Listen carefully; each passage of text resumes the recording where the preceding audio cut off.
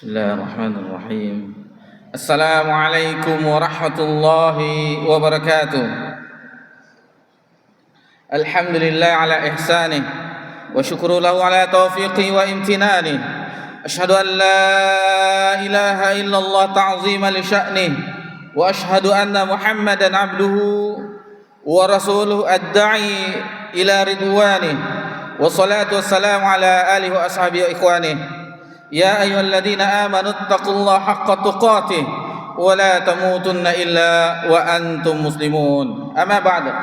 Alhamdulillah, segala puji hanya milik Allah Subhanahu wa taala, Rabbuna Jalla wa Ala, yang telah melimpahkan nikmat karunia-Nya kepada seluruh makhluknya, baik yang ada di langit, di bumi, di antara keduanya, dan itu tidak pernah terhenti walaupun hanya sekejap mata. Kemudian salawat beriringkan salam kepada Nabi kita tercinta, Nabi Muhammad sallallahu alaihi wasallam. Bapak-bapak, ibu-ibu jamaah Masjid At-Taqwa, jamaah salat zuhur yang semoga diberkahi dan dirahmati oleh Allah Subhanahu wa taala. Tidak terasa kita telah berada di akhir bulan Safar tahun 1446 Hijriah, bertepatan tanggal 4 September 2024 Masehi. Tidak terasa waktu terus berjalan, waktu yang kita tidak sadari, dan itu banyak dilalaikan oleh manusia. Nabi SAW bersabda, sebagaimana diriwayatkan oleh sahabat yang mulia Abdullah bin Abbas radhiyallahu anhu, dan hadis ini sahih karena terdapat dalam Sahih Bukhari. Ni'matani, dua nikmat, maghbunun fihima katsirun minan nas. Yang dua nikmat ini, kata Nabi SAW, itu sering dilalaikan oleh manusia. Sering manusia lupa akan dua nikmat ini. Apa dua nikmat itu? As-sihah, kesehatan. Kemudian wal faragh, dan waktu luang. Sebagaimana kita sebutkan tadi, waktu luang yang banyak orang lalai dengannya. Kebanyakan di zaman ini, mulai dari anak kecil sampai orang kakek-kakek atau nenek-nenek, menghabiskan waktunya dengan handphonenya, dan itu tidak terasa. Seandainya waktu luang itu kita gunakan untuk membaca Al-Quranul Karim, mendengar kajian, membaca buku-buku agama, alangkah bermanfaatnya waktu luang tersebut. Begitu juga dengan kesehatan. Orang yang sakit melihat di atas kepala orang yang sehat itu berupa mahkota. Betapa banyak orang yang kita lihat besok sakit itu menginginkan kesehatan. Alangkah berharganya kesehatan itu. Akan tetapi dua nikmat ini, kata Nabi SAW, itu banyak dilalaikan oleh manusia. Baik, kita langsung saja memasuki pelajaran kita. Kita masih di bab yang keempat, yaitu peringatan atau celaan bagi orang-orang yang berakhlak buruk, berakhlak jelek. Kita masih di bab yang keempat di Kitabul Jami', bagian akhir dari kitab Bulughul Maram yang disusun oleh Al-Hafiz Ibnu Hajar Al-Asqalani rahimallahu taala. Adapun di bab yang keempat ini, insyaallah kita akan membahas hadis yang ke-8. Hadis tersebut berbunyi, qala Abu Hurairah ya'taru anin Nabi sallallahu alaihi wasallam qala. Dari Abu Hurairah, Abdurrahman bin Sakhar Ad-Dausi, semoga Allah meridhoinya, beliau meriwayatkan dari Rasulullah sallallahu alaihi wasallam bahwasanya Rasulullah sallallahu alaihi wasallam telah bersabda, iyyakum wadhan. Jadi diperingatkan oleh Nabi kita tercinta sallallahu alaihi wasallam, hati-hatilah, waspadalah akan prasangka, zon. Fa inna zanna akdzabul hadith. Nabi menyebutkan pada akhir hadis ini, karena sesungguhnya zon itu, prasangka itu merupakan perkataan yang kadzib, yang dusta. Hadis ini sahih diriwayatkan oleh Imam Bukhari dan Imam Muslim di dalam kitab sahih mereka berdua. Bapak-bapak, ibu-ibu yang semoga diberkahi dan dirahmati oleh Allah Subhanahu wa taala, insyaallah kita akan memetik faedah pelajaran yang terdapat di dalam hadis yang ke-8 ini. Yang pertama yang bisa kita petik pelajaran dari hadis yang mulia ini, bahwasanya hadis ini merupakan kecaman, peringatan, ancaman bagi setiap orang muslim bersuudzon atau berburuk sangka kepada saudaranya muslim yang lainnya. Ini larangannya, karena suudzon itu, berburuk sangka itu merupakan salah satu dari akhlak yang jelek, akhlak yang buruk. Apa itu zon? Apa itu prasangka? Yaitu sesuatu yang terbetik di dalam hati kita. Sesuatu yang terbetik di dalam hati berupa dugaan-dugaan dan tidak ada kepastian. Tidak ada kepastian, dugaan, oh mungkin begini, oh mungkin begini, hanya duga-duga saja. Tidak ada kepastian. Dan ini dilarang oleh Allah Subhanahu wa taala di dalam firman-Nya. Di dalam surah Al-Hujurat ayat 12, nanti bisa dilihat dalam surah Al-Hujurat ayat 12, dan surah Al-Hujurat ini berisikan tentang adab-adab, akhlak-akhlak. Bunyi ayat tersebut adalah ya ayyuhalladzina amanu, wahai orang-orang yang beriman. Yang diseru siapa? Orang yang beriman. Orang beriman diseru dalam ayat ini. Lalu ada perintah setelahnya, ijtanibu katsiran minadh-dhon. Ayat ini memerintahkan kepada kita, jauhi oleh kalian suudzon, persangkaan yang buruk. Inna ba'dadh-dhonni itsm, karena sesungguhnya sebagian dari suudzon itu, prasangka buruk itu adalah dosa. Jadi kenapa dilarang? Karena ia adalah dosa. Para mufassir, ahli tafsir, yang dimaksud dengan firman Allah inna ba'dadh-dhonni itsm adalah sebagian dari prasangka buruk itu adalah dosa. Jadi ada sebagian yang zon itu ada yang baik, yang kita kenal dengan husnuzon, berbaik sangka. Jadi ada husnuzon, ada suudzon. Endahnya yang pertama, yang hadir, yang terbetik di dalam hati kita sesama muslim adalah yang husnuzon, yang berbaik sangka, bukan yang suudzon, yang berburuk sangka. Dan ini tercela, termasuk akhlak jelek sebagaimana kita pelajari di dalam kitabul Jami' ini. Kemudian Nabi menjelaskan di dalam petikan hadis ini, di mana Nabi SAW mengingatkan kita semuanya, umatnya, iyyakum wadzan. Jadi kita berhati-hati, waspadalah terhadap prasangka ini. Dan otomatis kita mengetahui bahwa ini adalah suudzon, prasangka yang buruk yang terbesit di dalam hati. Di dalam hadis yang lain Nabi sallallahu alaihi wasallam menjelaskan, dan hadis ini diriwayatkan oleh Imam An-Nasa'i di dalam kitab Sunannya. Innallaha tajawaza li ummati ma haddathat bihi anfusaha.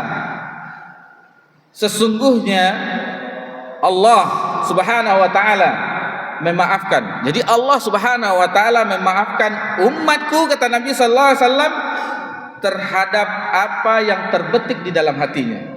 Jadi selagi itu terbetik di dalam hati, belum diucapkan, belum dilakukan, itu tidak terhitung dosa, belum ditulis dalam catatan amalan keburukan. Tetapi kalau sudah keluar dari lisan, terucap dengan lisan, dan ada anggota tubuh yang melakukan amalan, baru itu dihitung dosa. Lihatlah, Allahu Akbar, Allah Subhanahu wa taala dengan nikmatnya yang tiada terhingga, sesuatu yang terbetik di dalam hati hambanya itu belum dihitung dengan dosa, belum dicatat di catatan amalan keburukan. Akan tetapi kalau niat yang baik itu dihitung, dicatat dengan di dalam catatan amalan baik. Bayangkan. Dan apabila dosa tadi diamalkan, itu dihitung hanya satu dosa. Sementara kebaikan yang diamalkan itu 10 kali lipatnya. Allahu Akbar. Alangkah karimnya Rabbuna Jalla wa'ala. Alangkah mulianya, alangkah dermawannya Rabb kita. Kemudian di dalam hadis malam yatakallamu au ya'malu, sebagaimana kita sebutkan tadi, selagi yang terbetik di dalam hati itu belum diucapkan dan belum diamalkan. Jadi ini masih belum terhitung dosa. Jadi dari dasar ini maka jangan kita memvonis saudara-saudari kita dengan prasangka-prasangka yang buruk. Terserah dia mau melakukan apapun, terserah. Mau dia membeli apapun asetnya, terserah. Jangan kita bangun dengan prasangka-prasangka yang buruk. Lalu Nabi sallallahu alaihi wasallam menjelaskan di hadis ini, fa inna dzanna akdzabul hadits. Kata Nabi sallallahu alaihi wasallam, karena prasangka buruk itu merupakan perkataan yang paling dusta. Kenapa disebutkan bahwasanya ini kedustaan, ini kebohongan? Karena kebiasaan ini adalah apabila sudah terbesit prasangka buruk, itu biasanya disulut api oleh musuh manusia, yaitu iblis, syaitan. Jadi apabila itu terbesit di dalam hati keburukan, ketahuilah itu ada yang menghembuskan di dalam hati kita was-was, yaitu syaitan dan bala tentaranya, yang ingin membuat kita bertengkar dengan saudara-saudari kita, atau tetangga kita, atau sahabat kita. Itu kita harus ketahui. Jadi kenapa dikatakan itu perbuatan dusta, bohong? Karena yang menghembuskan itu rajanya kebohongan, itu iblis, yaitu syaitan. Kemudian ada beberapa perkataan para ulama kita ambil di sini, bahwasanya mereka memberikan petuah kepada kita agar kita berhusnuzon kepada saudara kita. Di antaranya ungkapan dari Umar bin Khattab radhiyallahu anhu, beliau menyebutkan la tazunanna bi kalimatin kharajat min akhik. Janganlah berprasangka buruk terhadap sebuah kalimat yang keluar dari lisan saudaramu. Wa anta tajidu laha fil khairi mahmala. Padahal engkau masih sanggup menafsirkan kalimat tersebut dengan tafsiran yang baik. Nah, jadi diberikan uzur kepada saudara kita. Seandainya kita bisa masih menafsirkan itu perbuatan saudara kita, perbuatan saudari kita itu yang baik, maka itu yang lebih diutamakan. Lalu Al-Imam Ibnu Mubarak, Abdullah bin Mubarak rahimahullah ta'ala, salah seorang ulama generasi tabi'in, berkata, al-mu'minu yatlubul ma'azira wal munafiqi yatlubul atharat. Seorang mukmin berusaha mencari uzur bagi saudaranya. Jadi orang beriman mencari uzur kepada saudaranya. Adapun orang-orang yang nifak, orang munafik mencari-cari kesalahan saudaranya. Jadi masih banyak seperti ini ungkapan yang lain, banyak diungkapkan di sini perkataan para ulama terdahulu. Idza dhalla akhun min ikhwanik, jika salah seorang saudaramu tergelincir dalam satu kesalahan, fadluk lahu tis'ina uzran, maka carilah 90 uzur. 90 uzur. Fa illam yaqbal dzalika fa antal ma'ib. Dan jika engkau telah tidak mendapati uzur, maka engkaulah yang tercela, kata sebagian ulama. Jadi kalau kita tidak bisa mencari uzur kesalahan saudara kita, berarti kita yang salah. Ada apa-apanya dalam diri kita. Berarti hati kita yang busuk, bukan saudara-saudari kita yang tercela. Waliyadzubillah. Ada yang diperbolehkan berburuk sangka, sebagaimana dikisahkan oleh Allah Subhanahu wa taala dalam kisah yang sangat indah dalam surah Yusuf, di mana kita mengetahui, kita ringkas saja, bahwasanya buruk sangka itu boleh apabila ada qarinahnya, indikasinya, sebagaimana Nabiullah Yakub alaihissalam yang melihat ada tanda-tanda indikasi dari anak-anaknya yang lainnya yang mencelakai saudaranya Yusuf alaihissalam ketika waktu kecil memasukkan ke dalam sumur. Kita ringkas saja. Dan ketika itu karena dengki dan hasadnya, karena Nabi Yakub sangat menyayangi Nabi Yusuf alaihissalam, karena akan diangkat juga menjadi salah seorang nabi dan rasul. Jadi ketika itu dicelakakanlah oleh saudara-saudaranya Nabi Yusuf alaihissalam, dimasukkannya ke dalam sumur. Kisah yang sangat indah sekali, dan bagaimana Nabi Yusuf akhirnya diambil jadi budak, diambil oleh wazir, seorang menteri, dan akhirnya ada istri dari penguasa itu yang ingin bersumbu dengannya dan yang lain-lain. Dan bagaimana Allah menjaga Nabiullah Yusuf dari kecil, dan Allah akhir kisah yang indah itu Allah perjumpakan kembali dengan ayahandanya tercinta Nabi Yakub alaihissalam.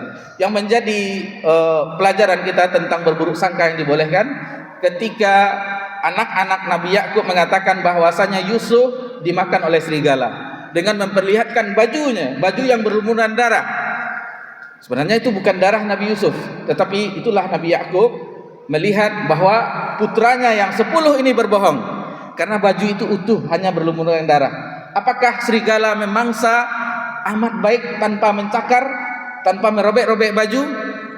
Dilihat oleh Nabi Yakub, dan dia berburuk sangka terhadap anaknya, sesungguhnya bukan dimakan oleh serigala. Jadi contoh-contoh seperti ini, atau orang betul-betul benar-benar berbuat buruk, fasik, seperti orang yang melihatkan di media berbuat buruk, maka kita boleh berburuk sangka terhadap orang yang menampakkan keburukan tersebut. Jadi ada yang asalnya itu tidak boleh, diharamkan dalam agama kita, tetapi yang dibolehkan apabila ada tanda-tanda, korinah-korinah, bukti-bukti, maka dari situ boleh kita berburuk sangka. Orang sudah memegang pisau di belakangnya, kita husnuzon saja nggak apa-apa, tahu-tahunya ditebasnya kita. Seperti tanda-tanda seperti itu boleh kita berburuk sangka untuk menyelamatkan diri kita dan yang lainnya. Dan dia pendusta, kalau terdengar kabar kalau berutang nggak dibayar, mau juga kita memberi utang. Jadi hal-hal seperti ini boleh kita berburuk sangka. Demikianlah yang bisa kita pelajari di siang yang berbahagia ini. Mohon maaf jika ada kesalahan dalam penyampaian. Subhanakallahumma wa bihamdika, asyhadu an la ilaha illa anta, astaghfiruka wa atubu ilaik. Wassalamu ala nabi Muhammad sallallahu alaihi wasallam wa ala alihi washabbihi ajmain. Walhamdulillahirabbil alamin. Wassalamualaikum warahmatullahi wabarakatuh.